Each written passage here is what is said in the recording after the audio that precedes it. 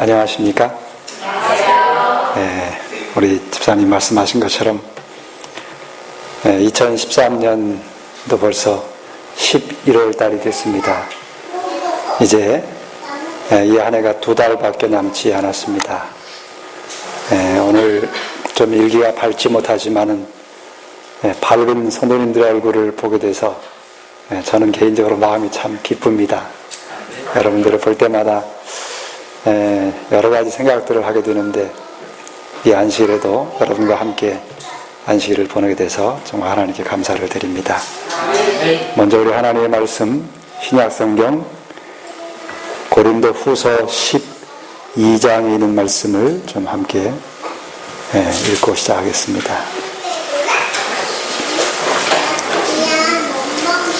고린도 후서 12장 6절부터 있는 몇 말씀을 제가 좀 봉독해 드리겠습니다. 내가 만일 자랑하고자 하여도 어리석은 자가 되지 아니할 것은 내가 참말을 함이라. 그러나 누가 나를 보는 바와 내게 듣는 바에 지나치게 생각할까 두려워하여 그만두노라. 여러 계시를 받은 것이 지극히 크므로 너무 자고하지 않게 하시려고 내 육체의 가시 곧 사단의 사자를 주셨으니 이는 나를 쳐서 너무 자고하지 않게 하려 하심이니라. 8절입니다. 이것이 내게서 떠나기 위하여 내가 3번 주께 간구하였더니 내게 이르시기를 내 은혜가 내게 족하도다. 이는 내 능력이 약한 데서 온전하여짐이라 하신지라. 이러므로 도리어 크게 기뻐함으로 나의 여러 약한 것들에 대하여 자랑하리니 이는 그리스도의 능력으로 내게 머물게 하려 함이라. 그러므로 내가 그리스도를 위하여 약한 것들과 능력과 궁핍과 핍박과 곤란을 기뻐하노니 이는 내가 약할 그때에 곧 강함이니라. 10절까지 있는 말씀을 좀 읽었습니다. 규례교회에 나온 지가 벌써 이제 횟수로 2년째가 되는 것 같습니다. 사실 2년이라고 말씀드리기는 참 죄송스럽습니다. 왜냐하면 2년 동안에 여러분과 함께 예배드린 횟수가 그저 열 손가락 안에 꼽을 정도밖에 되지 않기 때문에 한편으로는 마음에 좀 교회와 성도들 앞에 좀 죄송스러운 마음이 있습니다. 오늘 안식일에 제가 교회를 와서 이렇게 앉아 있으면서 2013년 한 해를 보내고 14년을 맞이하기 위해서 제 나름대로는 개인적으로 새로운 한 해를 어떻게 보낼 것인가를 벌써 마음에 이렇게 생각을 하면서 요즘 시간을 보내고 있습니다. 그러다가 오늘 아침에 와서 제가 교회 와서 앉아 있으면서 느낀 것은 여러 제게 주어진 여건이 여러분과 함께 자주 예배를 드릴 수 없는 여건이지만은 우리 사랑하는 규례 교회를 위해서 무언가 좀 더 적극적인 그런 계획을 좀 가져야 되겠다 하는 생각을 하도록 하나님께서 그런 마음을 주셨습니다. 2014년 새해에는 작년과 올해와는 좀 다르게 보다 더 교회를 위해서 또 성도들을 위해 구체적인 그런 하나님께 주시는 은혜 가운데 좀 새로운 계획들을, 좀 적극적인 계획들을 세워봐야 되겠다는 그런 생각을 오늘 하게 됐습니다. 하나님께서 그런 마음을 갖게 해주신 것처럼 또 새해에는 보다 더 여러분과 하나님께서 맡겨주신 이 귀한 일을 위해서 좀 더 적극적이고 열심을 내어서 그렇게 주의 사업을 협력해서 일할 수 있도록 그렇게 인도해 주시리라 믿고 그렇게 되기를 간절히 소망합니다. 오늘 저는 제목을 내게 주신 하나님의 은혜라 이렇게 좀 붙여봤습니다. 제가 이런 제목을 붙이게 된 것은 하나님을 믿고 믿음 안에 살면서 또 목회자로서의 어떤 길을 이렇게 쭉 걸어오면서 하나님께서 가르쳐 주신 귀한 교훈들을 다시 한번 이렇게 좀 정리해보는 그런 의미에서 이런 제목을 좀 붙여봤습니다. 저는 이전에 어느 시간인가 제가 잠깐 언급을 좀 했던 것 같은데요. 저는 모태 신앙인이 아닙니다. 저는 고등학교 1학년 때 우리 교회를 처음 알게 된, 중간에 신앙을 하게 된 사람 중에 하나입니다.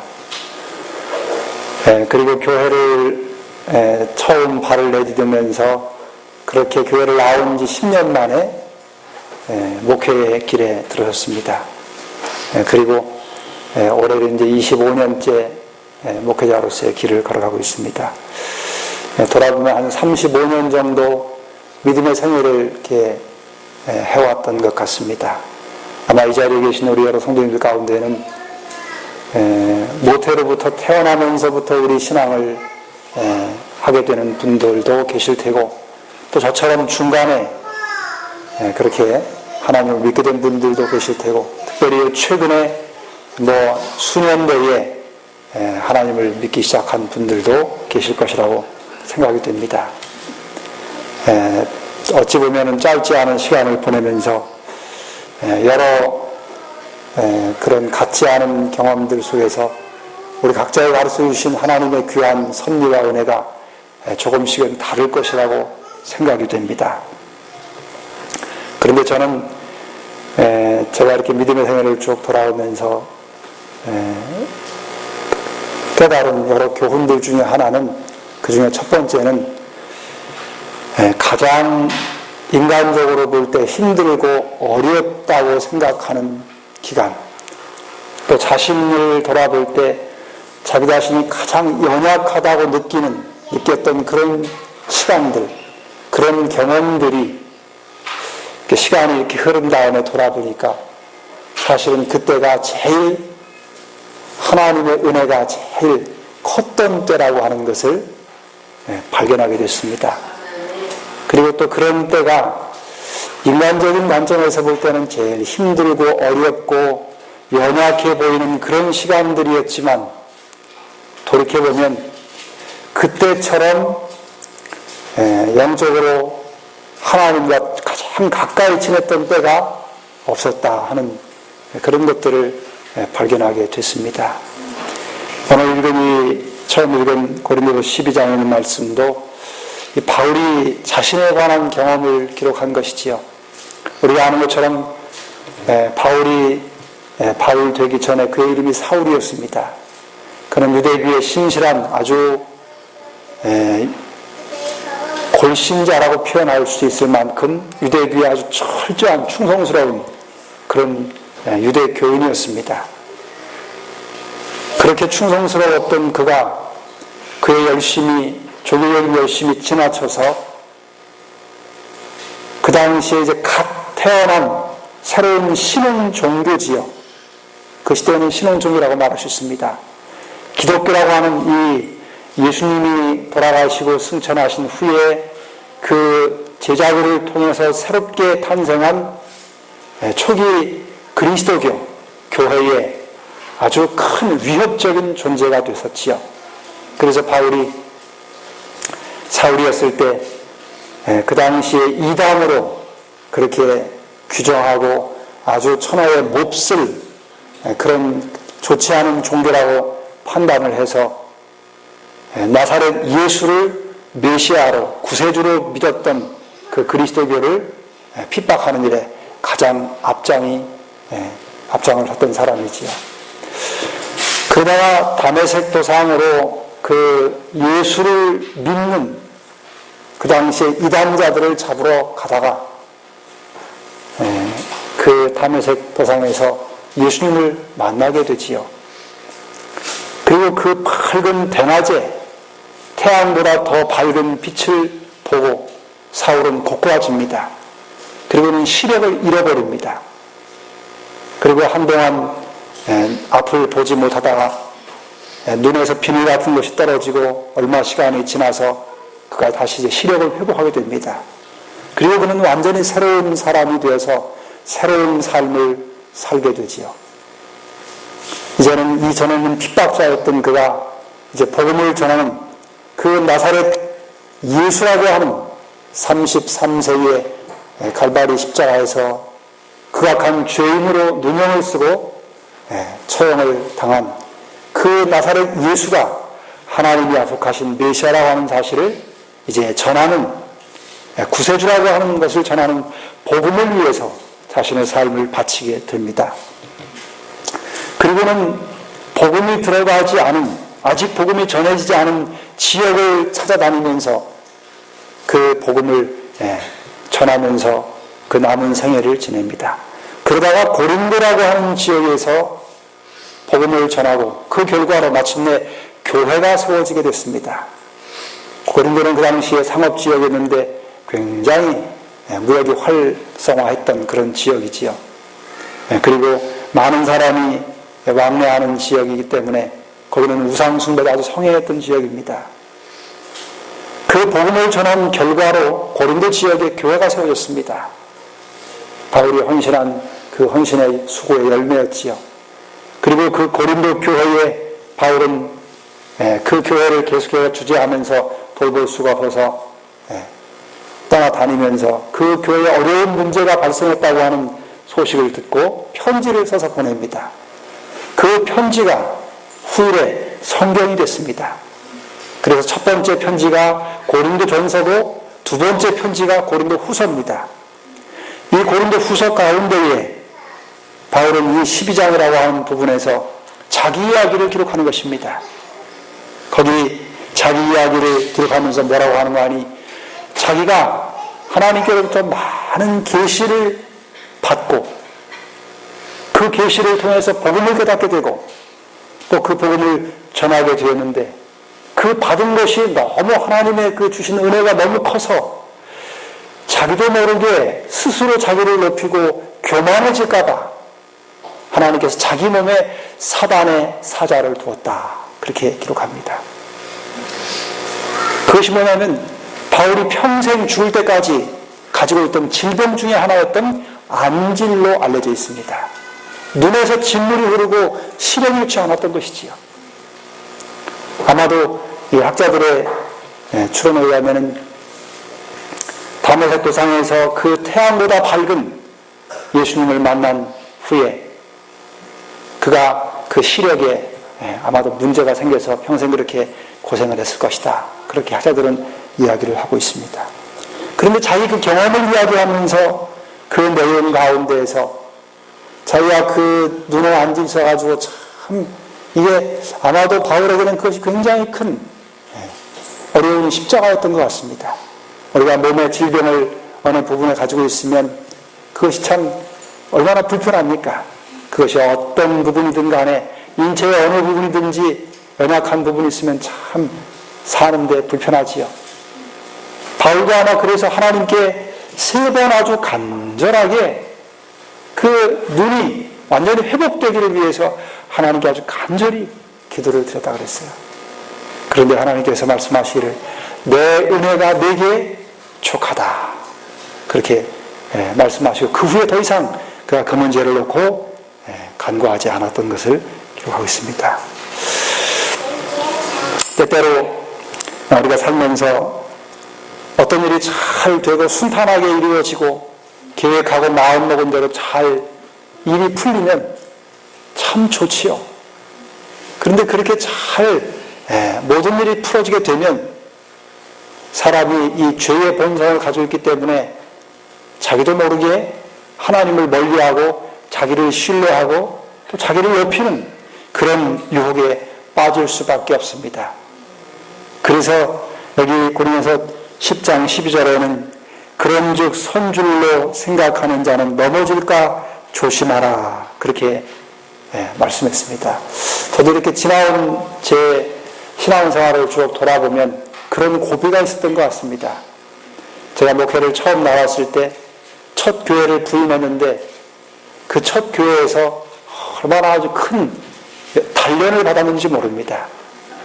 사실은 저는 교회에 나와서 이제 목회를 시작하면서 목회를 시작하기 전에 굉장히 마음에 아주 부푼 꿈을 가지고 또 큰 어떤 기대와 또 마음에 아주 목회에 대한 아주 굉장한 좋은 생각을 가지고 그렇게 출발을 했습니다. 왜 그러냐면은 제가 이제 학교 신학을 공부할 때 3학년을 마치고 이제 군회를 갔다 왔습니다. 그런데 군에 갔다 와서 바로 4학년 복학을 안 하고 조그마한 시골에 있는 교회를 1년간 학생 전도사로 담임을 했었습니다. 그 목회자가 없는 시골의 조그만 교회인데 교회 하나 달랑 있고 사택도 없어가지고 도로가방 하나가 있었는데 방이 아마 지금 기억으로 몇 평이나 될까요? 그저 도로가방인데 거기서 이제 교인들이 모여서 밥을 먹고 하는데 그저 5평 정도나 되려나요?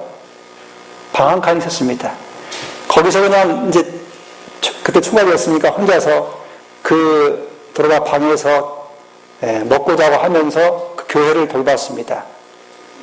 그런데 한 11개월 정도 그 교회를 돌봤는데 목회자가 없던 교회에서 그때는 그게 무슨 의미인지를 잘 몰랐습니다.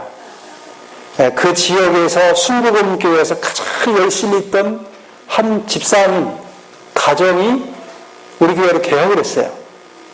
그리고 감리교회에서 아주 헌신적인 노인 집사님하고 젊은 청년이 개혁을 했습니다. 그렇게 해서 그 12개월 동안에 13명이 새로 교회에 들어와서 침례를 받았어요. 근데 그 13명이 거의 대부분 아주 열심히 있는 그 지역에 다른 그 개신교회 나와서 열심히 있는 분들이었습니다. 그러니까 교회가 그 짧은 기간에 그렇게 든든한 가정들이 밀가루 들어오고 청년들이 들어오니까 교회가 확 살아났어요. 그래서 목회자를 받으려면 사택을 지어야 된다 그래가지고 저 경북 봉화 춘향 있지요.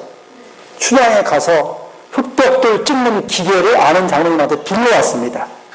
그래가지고 황토를 차로 실어와서 교회 마당에서 황토 벽돌을 3,000장을 찍었습니다. 교인들이랑. 거기다 볏짚을 넣고 이렇게 해가지고 발로 밟고 해서 직접 찍었습니다. 그리고 하우스를 크게 져가지고는 거기다가 3,000장을 집어넣고 말렸어요. 그리고 그 흙벽돌을 가지고 사택을 18평짜리 사택을 졌습니다.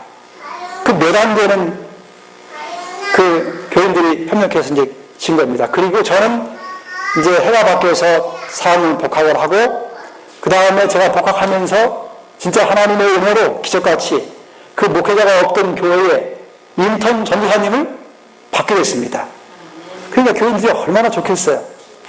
그리고 복학을 하고 이제 1년을 다니고 그 다음에 저는 원래부터 자급사역의 뜻이 있어서 목회의 길에 바로 나오지 않았어요. 졸업을 하고 1년간 또 저 시골에 가서 시골 생활하는 데 가서 있었습니다.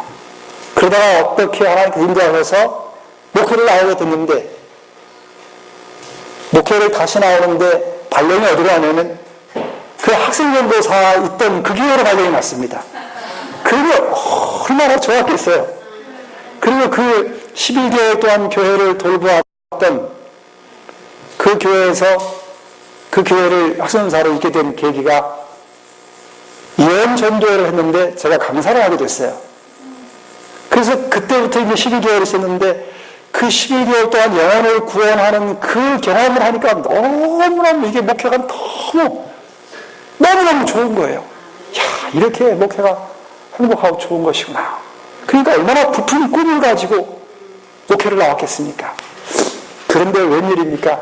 이상하게 이틀 전에 제가 임지가 바뀌었어요. 갑자기 교회 화전이 생겨서 다른 임지로 바뀌어서 다른 교회로 초임지가 바꿔지게 됐습니다. 그러거나 말거나 목회에 대한 그 짧은 12개월 동안 맛보았던 그 꿀맛 같은 그 경험 때문에 얼마나 부푼 꿈을 가지고 어떻게 보면 인간적으로 자신감을 가지고 목회를 나갔는지 몰라요. 그런데 웬일입니까?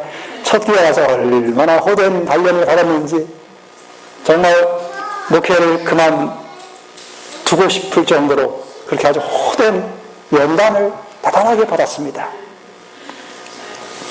그런 경험 속에서 그때는 참 너무 고통스럽고 힘들었어요.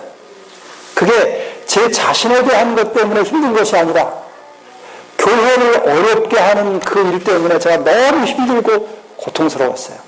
그래서 인턴 2년을 거치는 과정 동안에 그렇게 부푼 꿈을 안고 나왔던 목회를 접고 중학 때부터 가지고 있던 꿈인 작업사역을 해야 되겠다고 하는 생각을 할 정도로 그렇게 아주 큰 어려움을 경험하게 됐습니다.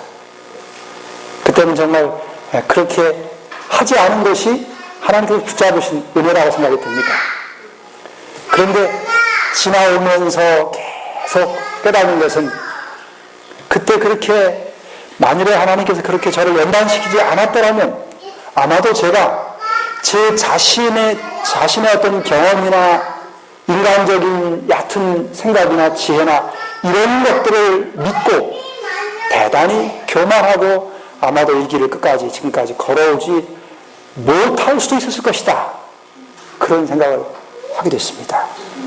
그래서 돌아보니까 선줄로 생각한 자는 넘어질까 조심하라. 그렇게 하신 말씀처럼 그런 연단을 해주신 것이 하나님의 특별한 은혜였다. 그것을 깊이 갈수록 깨닫게 됐습니다. 성도 여러분, 믿음의 생애를 살면서 우리가 어떤 때는 건강하기를 바라고 어떤 때는 경제적으로 좀 여유 있고 넉넉하기를 바라고 어떤 때는 가족들이 자녀들이나 여러 사람들이 형통하게 되기를 바라고 또 내가 출석하는 교회가 정말 크게 부흥하고 성장하고 교회 가정을 화목하고 행복하고 이렇게 되기를 바라는 것, 또 우리가 행하는 사업들이 형통하게 되기를 바라는 것, 그것 때문에 우리가 하나님 앞에 간절히 기도할 때가 많이 있을 것입니다. 그런데 우리의 바람대로 되지 아니하고 그것과는 정반대로 되는, 그래서 마음이 괴롭고 육신이 고통스럽고 심적으로 너무 힘든 그런 시간들을 경험할 때가 종종 있을 것입니다. 근데 여러분 잊지 마십시오. 저는 그때 그 초년 때 그 첫 교회 부임지에 가서 그 단련을 받은 이후로 그것이 저한테 얼마나 약이 됐는지 몰라요. 지금까지 목회를 교회를 섬기면서 참 그때 그 경험이 저로 하여금 참 이 교회를 섬기는 목회자의 길에 서서 어떻게 교회를 섬겨야 될지 또 어떤 마음 자세와 생각을 가지고 해야 될지를 배우게 했습니다. 그 경험 이후로 제가 다른 교회를 이렇게 부임하면서 늘 감사할 조건을 갖게 한 것은 그 초임들을 생각할 때면 여기는 정말 할아버지다 이런 생각이 들 만큼 그렇게 참 그래서 저는 목회하면서 참 우리 교회의 그 성도님들하고 특별히 우리 장로님들하고 참 좋은 관계를 가지고 그렇게 참 지내왔다고 생각이 듭니다. 여러분이요, 비단 저만이 아니라 이 자리에 계신 여러분들의 생애도 마찬가지라고 생각이 듭니다. 지금 여러분들이 지나는 그 여러분의 개인의 인생 여정에서 어렵고 힘든 시기를 지나시는 분들이 계시다면 하나님은 우리가 처음부터 끝까지를 다 볼 수 있다면 우리가 선택하기를 원하는 가장 좋은 길 외에는 다른 길로 우리를 인도하시지 않는다고 하시는 말씀처럼 오늘 하나님은 우리를 그렇게 인도하고 계심을 마음에 분명히 믿으시고 하나님을 신뢰하시기를 간절히 바랍니다. 그렇게 될 때 우리가 이 믿음의 길을 가면서 늘 감사하고 어려움 중에도 시련 가운데에도 하나님의 섭리에 대하여 믿음을 가지고 하나님께 대하여 정말 긍정적이고 감사하는 그런 마음을 가지고 어려움들을 잘 이겨낼 수 있게 될 것이라고 분명한 확신을 갖게 됩니다. 그 다음에 이렇게 쭉 지내오면서 또 한 가지 느낀 두 번째 깨달음은요, 특별히 목회자의 길을 걸어오면서 제일 마음에 깊이 깨달은 것 중에 하나는, 가장 가치 있는 것은 사랑이라고 하는 것을 깨달았습니다. 그래서 저는 목회자로서 교회를 담임하게 되면 교회가 부흥하고 성장해야 되고 영혼을 구원하는 것이 사명이 아니겠습니까? 우리 모두의 사명이지요. 그런데 그런 그 교회 부흥이나 영혼을 구원하느라 이 모든 것들이 무엇이 가능한 것이냐면 진정한 영혼에 대한 사랑만이 교회를 부흥시킬 수 있고 영혼을 구원할 수 있다고 하는 사실을 아주 깊이 깨닫게 된 것입니다. 그래서 돌아보면 이 목회한 시간이 그렇게 뭐 아주 긴 시간은 아니지만 25년이라고 하는 시간을 이렇게 쭉 돌아보면은요, 목회 초년 때는 어떤 마음을 가지고 있냐면 이 영혼에 대한 깊은 사랑보다 열심이 더 컸던 것 같아요. 우리 젊은 목회자들이 대부분 아마 그런 과정을 겪는 것 같은데요. 목회를 하되 뭘 가지고 보통 많이 했냐면 사랑보다는 열심 가지고 목회를 했던 것 같아요. 다른 분들은 어떨지 모르지만 저는 그랬던 것 같습니다. 그래서 그 열심이 어느 정도로 표현할까요? 아마 이렇게 표현을 하면 좀 적절하지 않을까 싶습니다. 저는 목회 나와서 결혼을 했는데 제 아내나 저희 자녀들에게보다 오히려 교회나 성도들에게 더 관심이 많았습니다. 그래서 열심히로 하면은 잘하는 것으로 생각했습니다. 그 덕분에 열심을 가지고 교회를 섬기면 교회 성도들은 싫어하지는 않습니다. 왜냐하면 열심히 부지런히 성도들 가정들을 찾아서 방문하고 또 필요를 위해서 애를 쓰고 하니까 교회는 싫어하지는 않아요. 또 열심히 있으면 거기에 따르는 어느 정도의 실적들도 있습니다. 결과들도 있습니다. 그러니까 열심히 하면 그게 잘하는 것으로 생각했습니다. 그런데 여러분, 열심히 그렇게 하긴 했지만 영혼에 대한 깊은 그 뜨거운 사랑은 많이 부족했던 것 같습니다. 그래서 시간이 쭉 이렇게 흐르면서 깨달은 것은, 내 속에 하나님이 가지고 계신 그 사랑이 없다고 하는 것을 시간이 흐르면서 발견하게 된 것입니다. 여러분, 여기 빌립보 2장 5절에 너희 안에 이 마음을 품으라 곧 그리스도 예수의 마음이니 그렇게 기록했습니다. 사랑한다고 하는 말이 무엇일까요? 영혼을 사랑한다고 하는 말은 결국 다른 말로 말하면 우리의 마음 속에 예수 그리스도의 마음을 품는 것이라고 말할 수 있습니다. 왜냐하면 사랑이라고 하는 건 예수님 없이 누군가를 사랑한다고 하는 건 대단히 이기적일 수 있고 그 동기가 자기중심적일 수 있습니다. 목회자도 마찬가지입니다. 만일에 목회자의 마음속에 예수 그리스도의 그 영혼을 사랑하는 마음이 없이 열심을 가지고 교회를 섬기면 그 마음속에 무슨 마음이 자리 잡겠냐면 열심히 교회를 섬겨서, 좀 속된 표현으로 열심히 목회해서 교회가 부흥하고 성장하면 사람들로부터 뭐 받을 수 있어요? 칭찬받고 인정받을 수 있습니다. 능력 있는 목사라고, 훌륭한 목사라고, 그런 칭찬과 인정은 받을 수 있어요. 그래서 어떻게 해요? 그런 눈에 보이는 어떤 결과 때문에 좀 적은 교회에서 더 큰 교회로 갈 수 있습니다. 좀 더 많은 책임과 직분을 맡을 수도 있어요. 그러나 그 마음 속에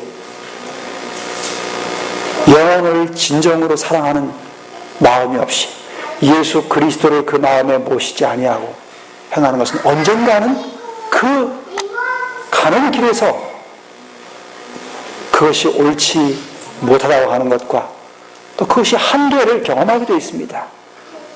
그래서 가장 중요한 것은 예수 그리스도의 마음을 그 마음속에 품는 것인데 그것을 성경은 사랑이라고 하는 말로 표현을 했습니다. 바울은 고린도에 보낸 첫 번째 편지 가운데 우리가 잘 아는 13장에서 고린도 13장이 사랑장이지요. 거기 13장 앞부분에 몇 절, 3, 4절 사랑에 대한 정의를 쭉 언급했습니다. 그러면서 바울이 언급한 것은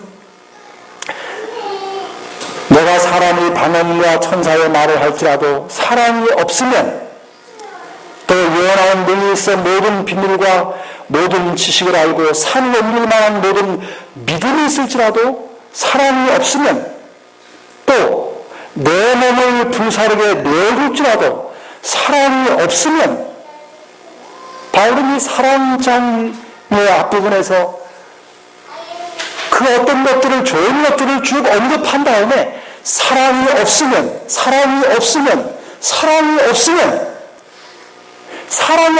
다른 모든 것이 다 유익이 없다. 그렇게 말씀을 들어가고 있습니다. 여러분, 바울이 이야기하고 싶은 것은 뭐냐면 어떤 큰 믿음을 가지고 어떤 수많은 업적을 이루고 사람을 통해서 칭찬을 받고 칭송을 받고 사람들에게 높임을 받고 사람으로부터 인정받는 어떤 위대한 일을 행했을지라도 그 마음 속에 사랑이 없으면 그것은 아무 유익이 없다. 그렇게 기록하는 것입니다. 시대의 소망에 보면 22쪽에 이런 말씀이 있습니다. 사랑은 오직 사랑으로만 일깨워진다. 하나님을 알게 되면 그를 사랑하게 될 것이다. 여러분, 저는 길지 않은 목회자로서의 길을 걸어오면서 하나님께서 제게 깨닫게 해주신 제 마음에 깊이 새겨주신 것은 목회는 열심으로 하는 것이 아니고 사랑으로 하는 것이라고 하는 것을 하나님께서 알게 해주셨습니다. 비단 목회뿐만이 아니지요. 우리가 그리스도인으로서의 삶을 사는 것, 성도로서의 삶을 사는 것, 하나님의 남은 백성으로서의 마지막 남은 이 귀한 교회의 일원으로서 맡겨주신 사명을 감당하기 위해 사는 것, 이 모든 일들이 결국은 사랑으로 행해야 된다고 하는 것을 가르쳐 주는 것임을 우리 모두가 기억하셔야 되기를 간절히 바랍니다.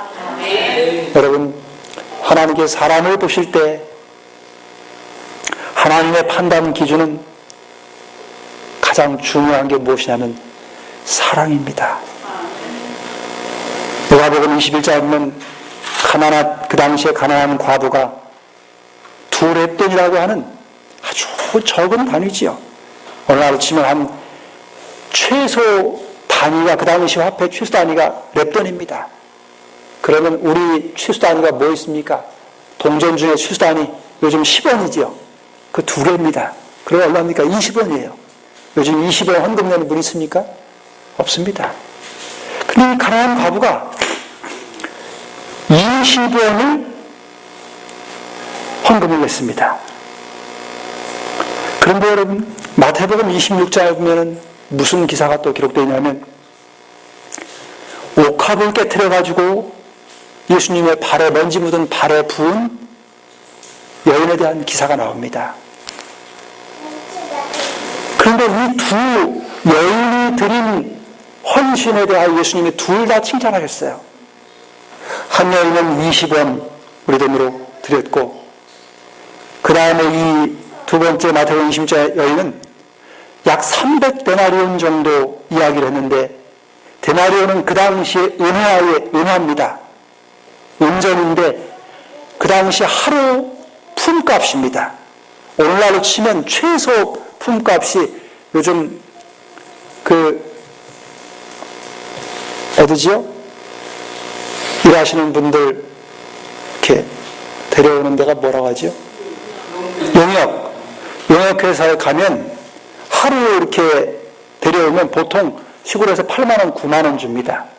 그런데 그렇게까지 안 치고 5만원만 치더라도, 여자분들은 5만원 정도 보통 치더라고요.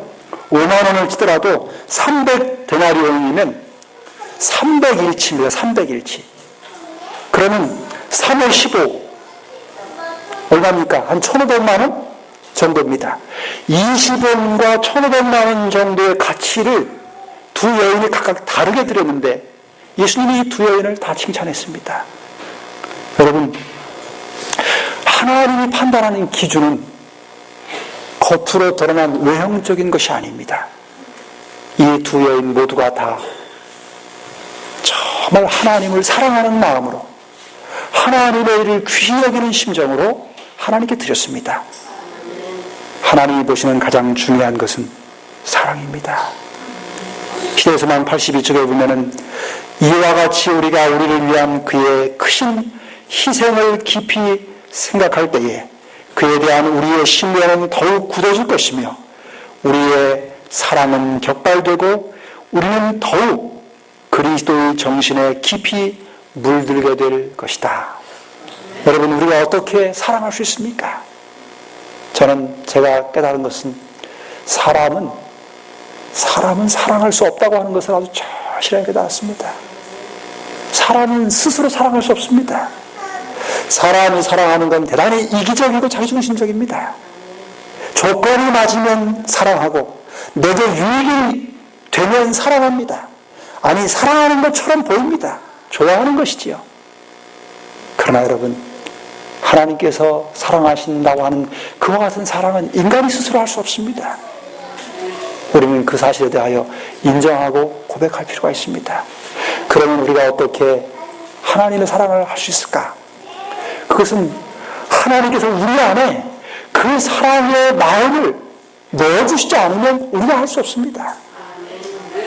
그 사랑의 마음을 넣어주시는 방법이 무엇이냐면 성령의 임재를 통해서 예수 그리스도를 우리 안에 거하시게 해주시는 것입니다. 그것이 바로 하나님이 우리에게 주시는 선물입니다. 그것을 성경은 말하기를 거듭남이라고 표현하고 그것을 하나님의 성령의 임재라고 표현하는 것입니다.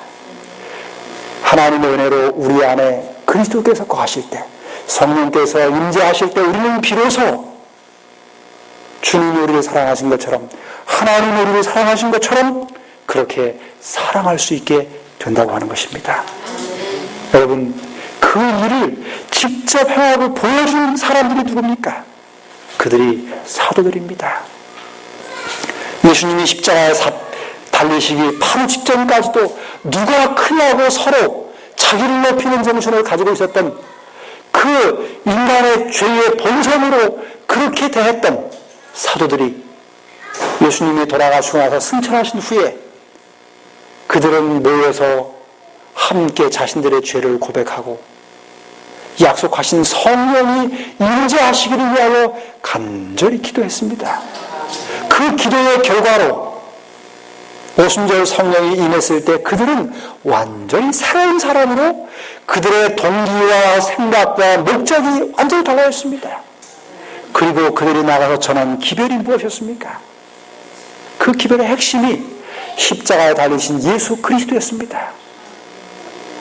그들의 입술에서 그들은 끝까지 그리스도의 십자가를 전하다가 마침내 그들은 그들의 생명을 내놓은 것입니다. 성도 여러분, 우리가 다른 영혼들을 사랑하고 다른 영혼들에게 복음을 전하기 위해서 가장 중요한 게 있는데, 그것이 뭐냐면 사도들이 경험했던 것처럼 그리스도의 십자가의 사랑을 개인적으로 경험하는 것입니다. 그리고 그 십자가를 우리의 마음속에 새기는 것입니다.